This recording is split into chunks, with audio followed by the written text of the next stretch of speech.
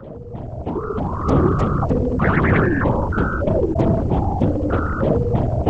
we're going to give Busta KVR User Zoned entry in the 2018 KVR Developers Challenge, and he calls this a harmonic series instant play monophonic sampler for Windows.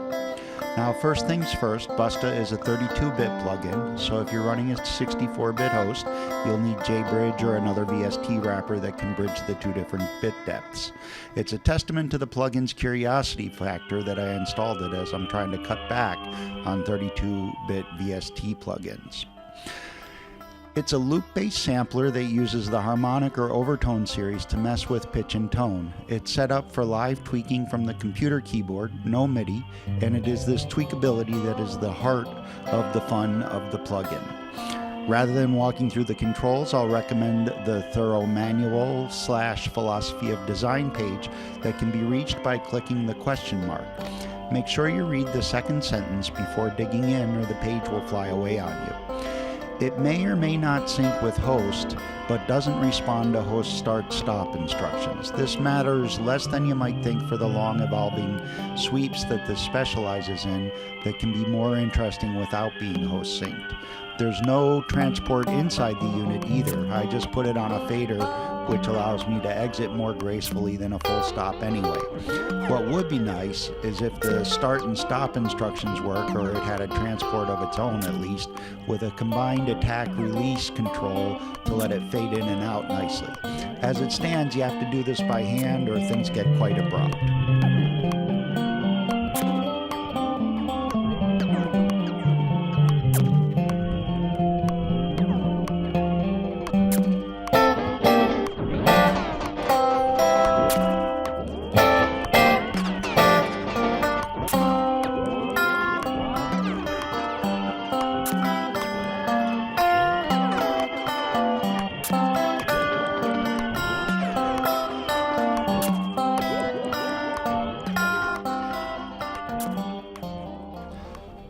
Let's try Busta's tweaking capabilities, which are activated through clicking on the source or filter button at the bottom center of the GUI, and then clicking the QWERTY button for whichever side you have chosen. The setting for one side stays set when you switch to the other, so you can set one, the other, both, or neither. Let's start with just the source, which will do a basic speed up, slow down of the sampled loop, shifting its pitch in semitone increments.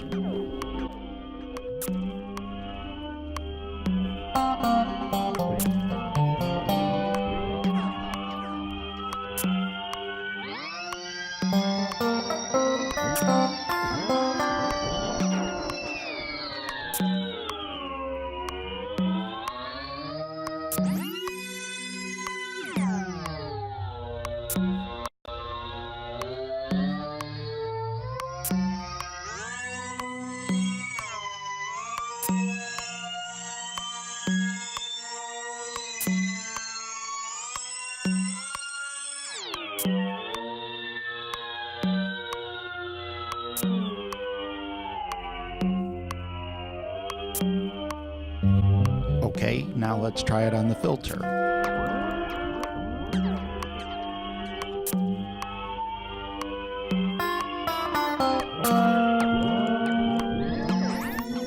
The glide acts as a portamento. Let's turn it off and hear it, and then we'll turn it on.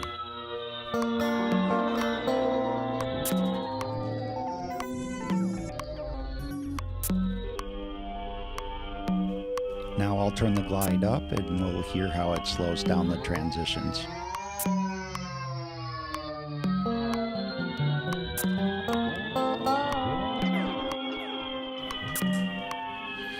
Now we'll try the sliders at the top.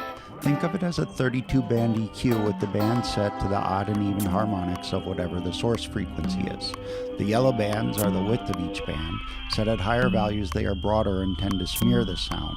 Set lower and the sound gets harsh and more articulate.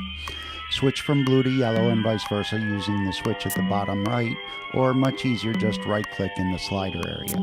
Changing just the odd or just the even bands of the blue or yellow also does interesting things. I find that setting the LFO to full depth and a fast rate sounds bad, but gives you the boundaries of what Busta is doing. Once set so you have an interesting range, first turn down the depth to how you like it, then slow down the speed to get the evolving vortexes Busta is great at. On the left are 4 more sliders for the subharmonics, which will produce frequencies below the fundamental of the sample. On the right is the gain control, which I've left set to automatic, which seems to work pretty well for me.